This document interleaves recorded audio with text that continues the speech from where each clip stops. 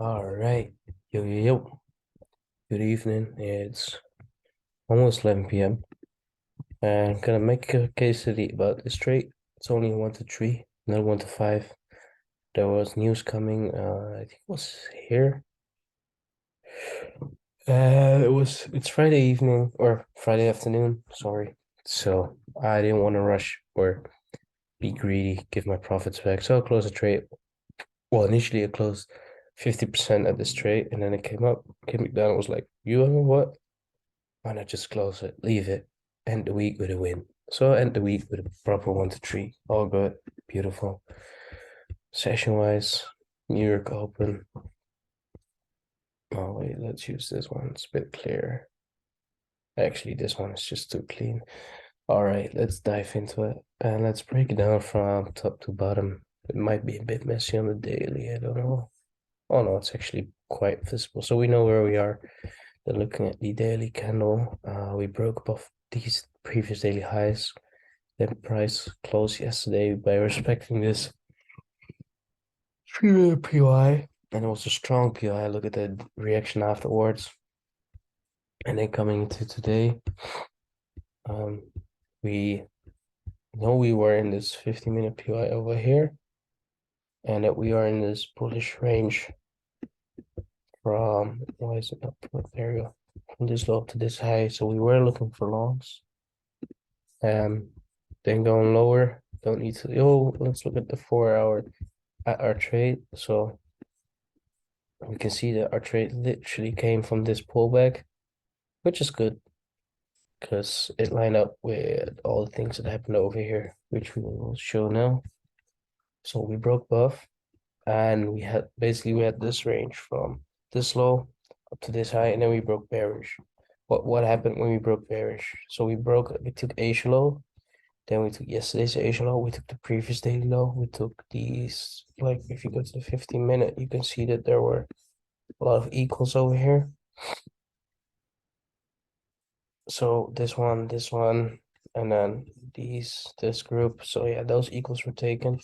And then we took out this low, so we were broke bearish on this structure. Meaning that we were below all lows. So lining up the confluences, we are in a, number one, we are in a discount of the high time frame range. Number two, we took a lot of, you could say, internal range liquidity, or we took a lot of liquidity. So that's number two. Number three, we are below all lows. If you could separate this in two things, then number four is that we took Asia low, and the other one is number one was that we took these lows. So that's previous daily low. So that's four high time frame confluences. Then 50-minute wise, I don't know if I mentioned the POI, but we got that as well. So there's like five or six confluences that we can use on the high time frame to build a narrative to say like, all right, we took liquidity to the downside, reacted from a POI, so we can see it move up.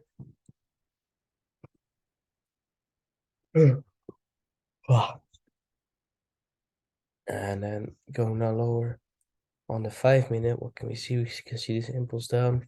We can see our early buyers over here, and we can see that we had this bearish range going on, and we just missed the discount or the premium, which was good. And we didn't, I was targeting this internal range liquidity at least. Now my entry was a manual entry, that's why it was quite large. I didn't want to like miss out on the trade, so that's why I just took it like this. And I actually wanted to enter again, so because I was only risking 0.5%, but I came below this block, so I was like, all right, I risked enough, it's Friday, just either make 1.5% or just leave it, you know. So that's what I did, and that's what happened. And it just came up. I was happy with it. As you can see, so we took these lows, early buyers, a high that led to a low bullish break, followed by a bearish break. Then we got this range basically going on, and we had this internal range liquidity building up over here in the form of these highs. Then we came lower, and on our internal structure, we have a high, a low, a lower high, and then this pullback is a lower low, as you can see. Then we have a minor break, a more major break, but still internal on of this bearish range. Then we didn't reach the premium, so longs are super valid with this internal range liquidity as well.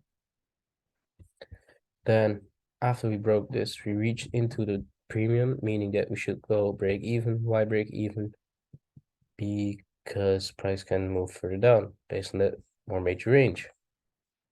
What didn't I didn't go completely break even because this was still a valid area, and I moved my stop was just, well, I'm sorry, just below this, if you can see it, just below this 3-minute POI over here. And as you can see, price tapped in the 3-minute POI and shut up and hit my 1 to 3. Perfect. Quite lucky, maybe a little bit lucky. You can have like, sometimes you need a bit of luck, right? Because we still had this 1 hour POI or 1 minute POI over here. As you can see, after that, price came in there. So that's another trade that you could take. Price came in like that. Stops 3.4, 3.9, and I think it hits a 1 to 5. Yeah, but that one doesn't fit my plan because we took the internal range liquidity and we got a low, high, higher low, higher high, higher low. So that would be a bearish break. So you could take that, but you should go. You should take it like that, like how I said it. So from this block, you need some breathing room as well. So 4.7, 3.9, low that low. That's where you enter. Just misses 1 to 5, but anyway, you should go break even after hitting the discount, the premium of the bearish range that's formed, because that's realignment with this range. And yeah, that's a trade. This was just a paper trade I was following. Didn't happen anything. Can we move that? Right, yeah. Let's remove that. So yeah, that's basically the trade. Candle wise, can we see any formations? Impulse. These rejections are strong. Well, you're already in the trade, so at this point, it doesn't matter how the candles form. You have to accept it, but they show like rejection and impulse followed by impulses. Then price was over here. Oh, this is annoying. Price is building up liquidity to the upside, liquidity to the downside. So like this and like this. And it took it out, took out the lows first and then went up. So it was like that was good that it took out the lows first. That gave me more confidence, and then that we could take the highs. 15-minute wise, is there anything we can see?